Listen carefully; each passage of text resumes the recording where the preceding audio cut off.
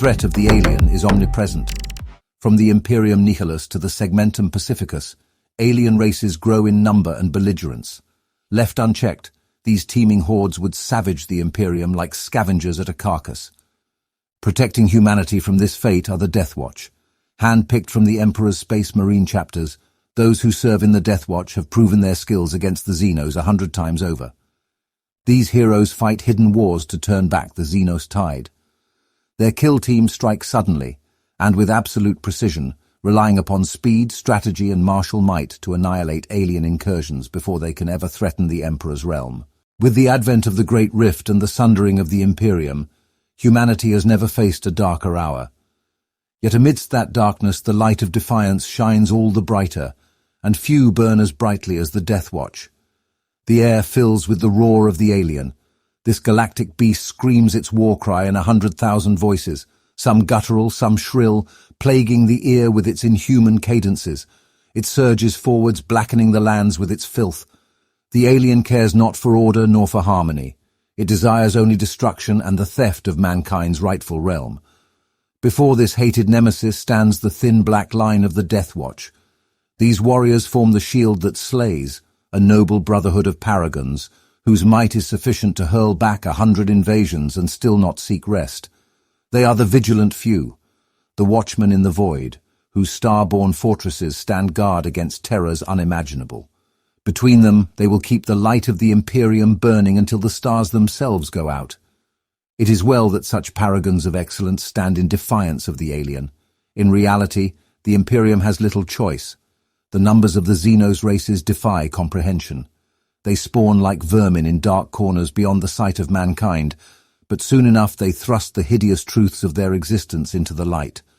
Their vicious hordes smash headlong into the Imperium, just as a stormy sea crashes against a rocky cliff, and they are just as relentless. They are monsters from the depths of space, ranging from tiny brain-eating parasites to colossal biotitans that shake the earth with their tread. Without the Deathwatch to break them, the endless waves of these aliens would erode the Imperium's strength until it collapsed entirely, drowned in the infinite malice of the Xenos usurpers that would see it fell. The watch fortresses of the Imperium stand sentinel against emerging threats throughout the galaxy. But not all such incursions can be put down quietly. Often the Deathwatch is called upon to engage hordes of truly mind-numbing scale. Where lesser soldiers would quail in fear, the Deathwatch calmly observe, analyze and strike at the crux point that will do the maximum damage. With clinical efficiency, they identify the greatest threat, make it their mission to expunge it, and then reassess to strike anew. Their target may be the leaders at the core of the foe, the spearhead of its counterattack, an enemy horde or a dozen threats besides. Each will be exterminated in its turn. In this way, the Deathwatch wage their war of relentless logic melded with iron determination and heroic flair. It is a combination that has seen victories beyond count recorded across the millennia. Without these warriors, the Imperium would have crumbled and fallen apart long ago. With them, it stands defiant. Though few realize it, the weight of mankind's hopes against the constant threat of alien apocalypse are borne upon the broad shoulders of the Deathwatch. As yet, they have proved equal to the task. The Imperium is beset on all sides. From the loathsome scourge of chaos, a threat so insidious it even hides beneath the mask of humanity itself, no world is safe. But as relentless attacks by the armies of the dark gods draw Imperium forces to the defense of countless systems, the galaxy-wide threat of the alien deepens the peril still further.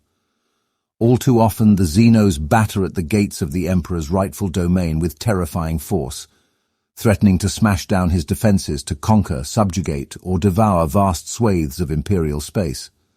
Against the Xenos stand the Adeptus Astartes of the Deathwatch, a selfless brotherhood exemplary in strength, yet virtually unknown to the common man. It is given to the Deathwatch to be the ever-vigilant eyes and ears of the Imperium, standing fast against threats from without. More than that, it is their duty to investigate, analyze and destroy the most dangerous Xenos threats to the sanctity of mankind's realm, be they ancient and malevolent evils or new and ambitious empires. Where a Necron tomb world stirs in its slumbers, the Deathwatch are there to ensure it does not awaken.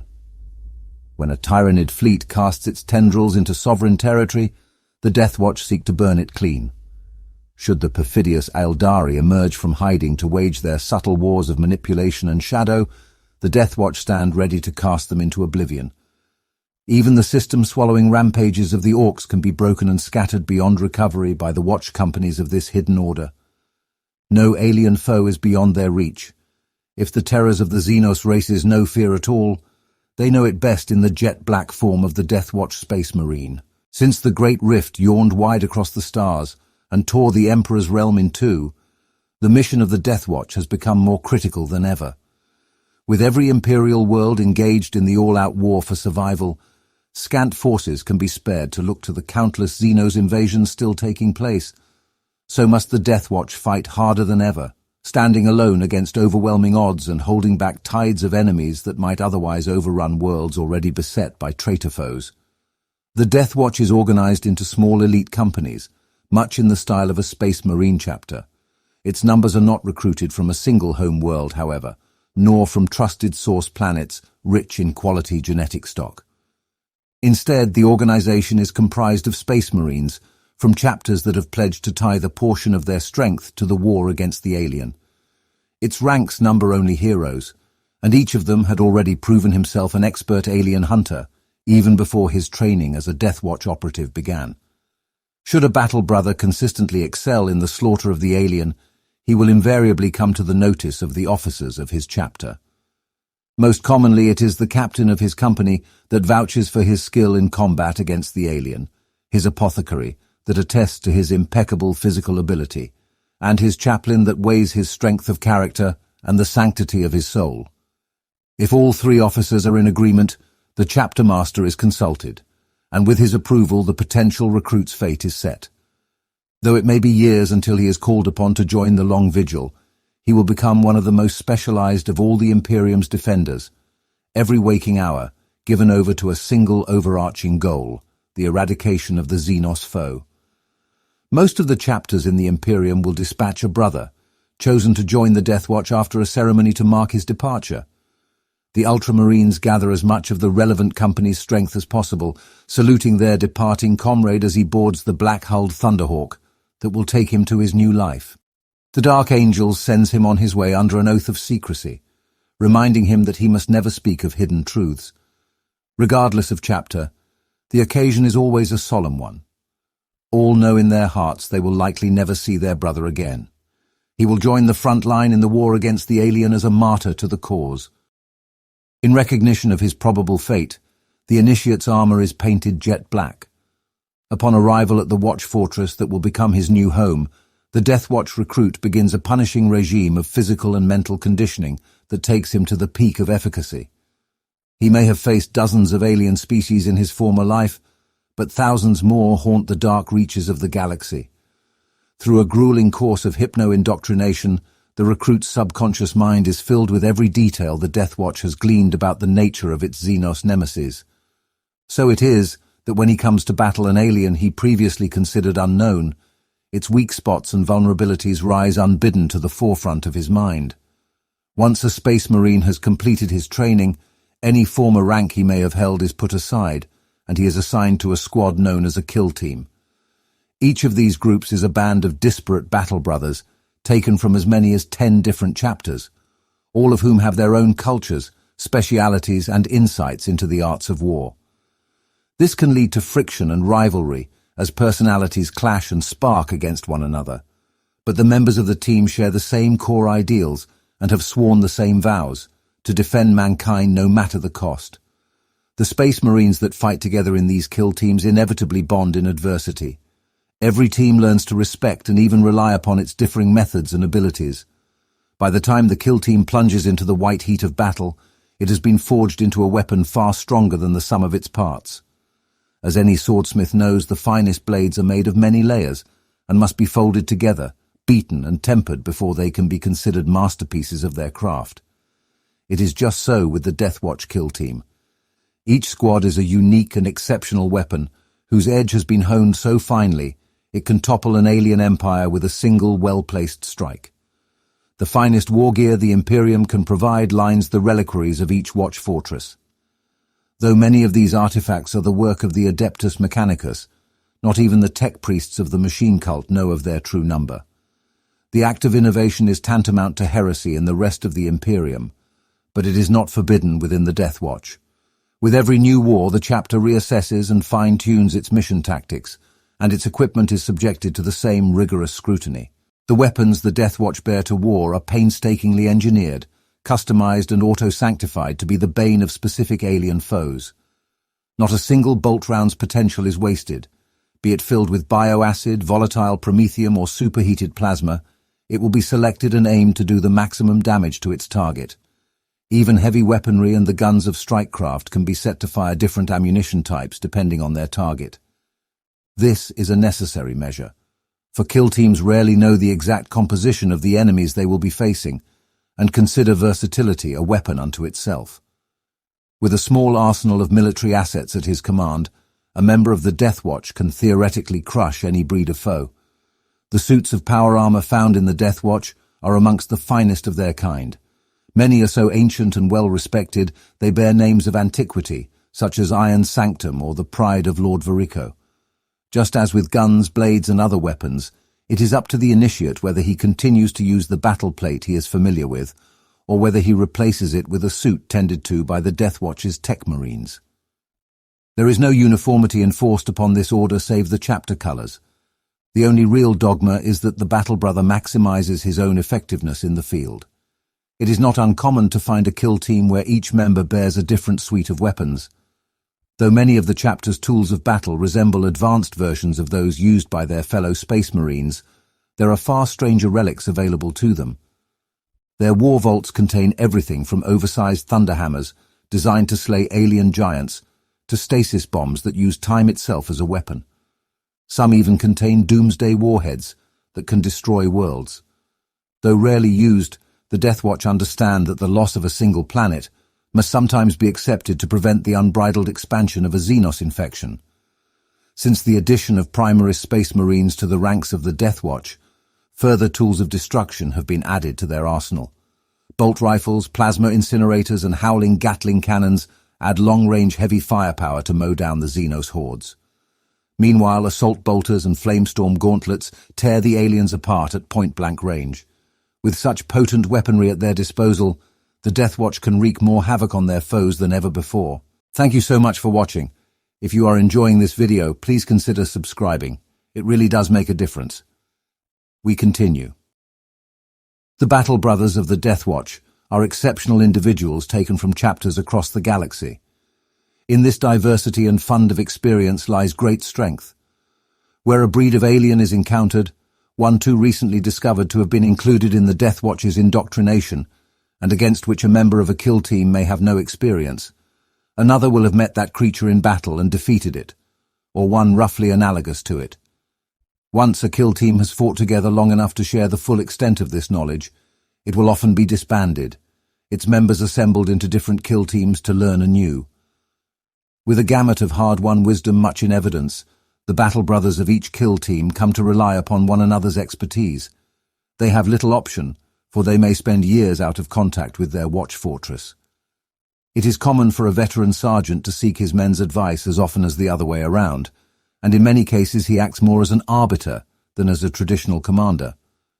Deathwatch officers will invariably choose the members of their kill team in order to draw on as much relevant experience as possible.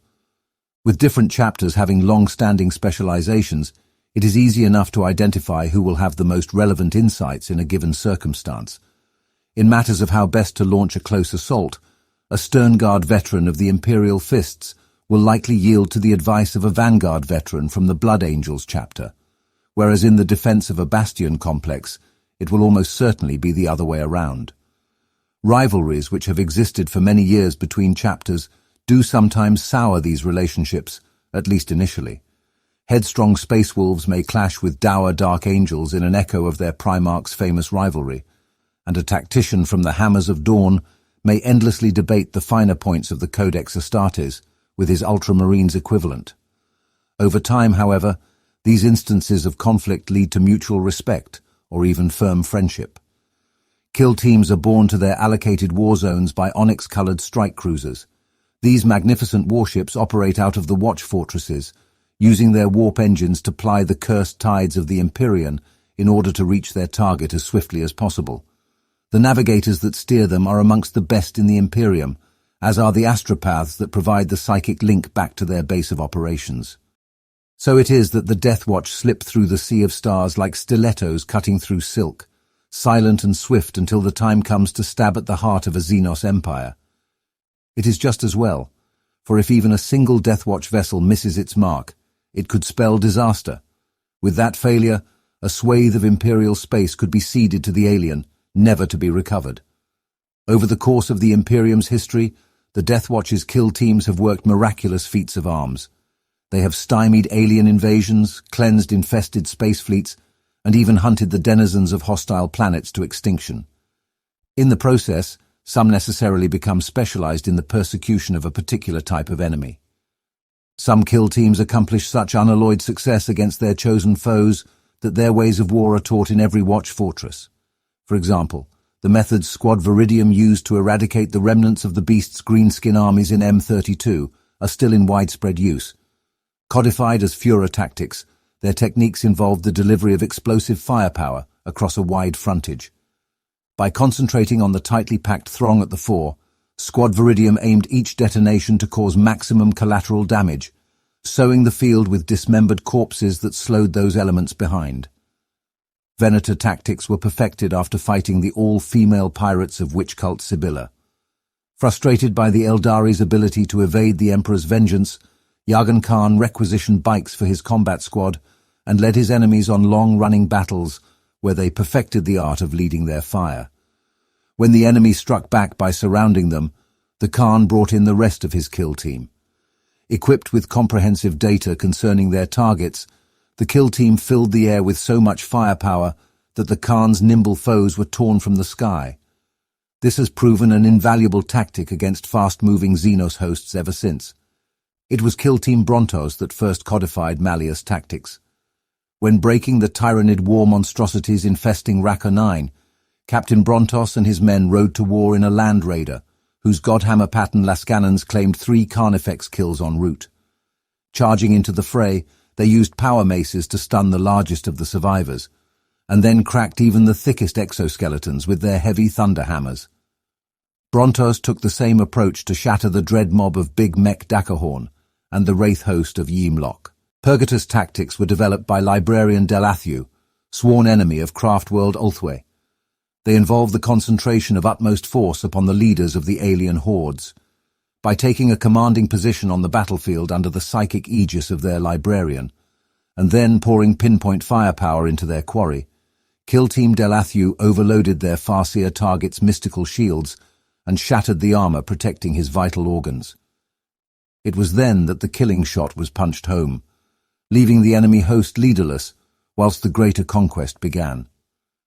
Since that day, hundreds of alien warlords have been executed with these same tactics, their invasions brought low before they could claim a single world.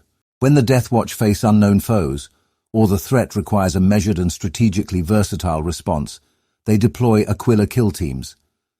In many ways, these kill teams are a microcosm of the Deathwatch itself, for they comprise battle brothers drawn from multiple chapters, each bringing their own specialized tactics and favored armaments to strengthen the team as a whole. Rather than specialize in the destruction of particular xenospecies or strategic assets, Aquila kill teams are generalist squads whose strength lies in their capacity to adapt swiftly and decisively to new battlefield challenges as they arise. As such, their battle brothers typically carry a wide spread of both ranged and close combat armaments that allow them to engage varied enemies across all manner of battlefields. When a single kill team must be dispatched to investigate potential dangers, it will most often be an Aquila kill team that is chosen, specifically for its ability to handle any threat. Venator kill teams specialize in combating those Xenos threats who have the speed to run rings around their slower brethren. These kill teams balance speed and maneuverability with heavy firepower, and are practiced at preempting the enemy's movements and shutting down the advantages that their swiftness normally affords them. Space Marine bikers are much in evidence amongst Venator kill teams, their role to use their speed and hitting power in swift, punishing strikes designed to cripple and slow their victims. While the bikers engage and surround the xenos, the remainder of the kill team prepares to strike. Typically heavily armed veterans, often clad predominantly in Terminator armor, these warriors utilize predictive firing solutions and expert timing to unleash their arsenal upon the enemy at the optimum moment. No matter how fast and agile the target, it takes only a single blow from a Venator kill team to bring its rampage to a bloody end. Malleus kill teams are monster slayers and tank killers. They are fearless heroes who stand unyielding before the towering abominations and deviant war engines of the Xenos menace. In order to best perform this role, Malleus kill teams make great use of the heaviest man-portable assault weaponry available. They also look to their own defense, typically deploying with a number of battle brothers protected by Terminator armor and storm shields, for the enemies they fight can crush even a space marine to bloody pulp. The Malleus kill teams return the favor, however, for their heavy thunderhammers and lethal power weapons make a mockery of the thickest chitin and xenoform armor. Their target selected, Malleus kill teams attack with absolute focus and relentless ferocity. Firing point-blank volleys of melter and plasma energy into their victims, the Malleus battle brothers blast and batter at their chosen target until it is reduced to smoldering ruin. Führer kill teams are swarm slayers, pure and simple. Where vast hordes of orcs stampede towards the Imperial battle line, or surging tyrannid swarms darken the land with their numbers, there the Führer kill teams are deployed. In the first instance, Führer kill teams place an emphasis upon ranged weaponry, ideally those firearms that generate an overwhelming hail of shots, or those whose rounds burst in clouds of shrapnel or bioacids, the better to scythe down rank upon rank of lightly armored targets. Frag cannons, Infernus heavy bolters and the like are often found in Führer kill teams, allowing the Deathwatch to mow their enemies down right up until the inevitable moment that the enraged alien survivors push their charge home. At that moment, the kill team's combat specialists come to the fore, Terminator-armored brethren wielding crackling lightning claws wading into the enemy, rending and stabbing until the foe's nerve is broken, or all the aliens lie dead. Cut off the head, and the body will die. One of the most ancient strategic axioms in human history, it holds as true amidst the darkness of the 41st millennium as it ever has. This is the role of the Purgatus kill team, and it is a task they are well equipped to perform. Typically led to battle by a member of their Watch Fortress Librarius, each member of a Purgatus kill team carries weapons that will allow him to assassinate Xenos warlords, psychic demagogues, and synaptic node beasts. With a mixture of overwhelming firepower and punishing close combat weaponry, the kill team scythe down any bodyguards that may stand in their way before surrounding their victim with a forest of crackling power blades. Augmented by the psychic powers of the librarian, the battle brothers swiftly identify, engage, and neutralize their target, ensuring that his demise is as bloody and visible as possible so as to spread the greatest amount of terror and confusion amongst the enemy ranks. Many Xeno species have elite warriors that they can deploy to the most crucial battlefronts. From the arrogant and deadly incubi of the Drukhari to the lethally focused Necron immortals, each specialist force is its own unique threat. It is the role of the Dominatus kill team to study each and every one of these enemies, to understand how to counter their strengths and how to exploit their weaknesses. Dominatus battle brothers accordingly change their armaments with great regularity, equipping themselves before each mission with the optimized weaponry for the foe they face. Deathwatch shotguns and Inferno pistols are deployed to deliver point-blank kill shots, while heavy thunderhammers and power fists ensure each blow struck is the last one needed. Meanwhile, the finest duelists in the kill team carry thrumming power swords, the better to match their enemies blade to blade and prove their mastery with every decapitation and impalement. There are those in the ranks of the Deathwatch whose path to the Watch Fortress's gates is walked in shadow. Known as Black Shields, these mysterious warriors do not divulge their true name, nor do they bear the heraldry of their chapter. Any icons, colours and scripts that would identify them have long been scoured from their armour, and they gladly don the sombre colours of the Deathwatch. Though the occasion is infrequent indeed, a black shield that enters a watch fortress will petition its master to accept him. The watch commander has the right to turn him away, but the might of an experienced space marine is so valuable, and the fight against the Xenos so desperate, that in practice this rarely occurs. What caused the hooded warrior to take this drastic step will remain unknown, and within the Deathwatch, there is a tacit understanding that the question will forever remain unasked. Some may be the remnants of a chapter all but destroyed in the line of duty. Others may be the last loyal warriors of a chapter who have turned renegade, or even those legendary few lost in time. Those who would be instantly executed were their former allegiance known. Regardless of origin, all fight with a grim and stubborn fury to prove their loyalty to the Imperium once more. I am vigilance. I am the hunter's patience and the castellan's fortitude. I am the burning brand that banishes the shadows, the shield that holds the monsters at bay and the sword that pierces their foul black hearts. I am oath, duty, victory. I am the Deathwatch, and my vigil shall never end. Watchmaster Utorian Danash of Fort Pickman. Thank you so much for watching. If you enjoyed this video, please consider subscribing and leaving a comment below.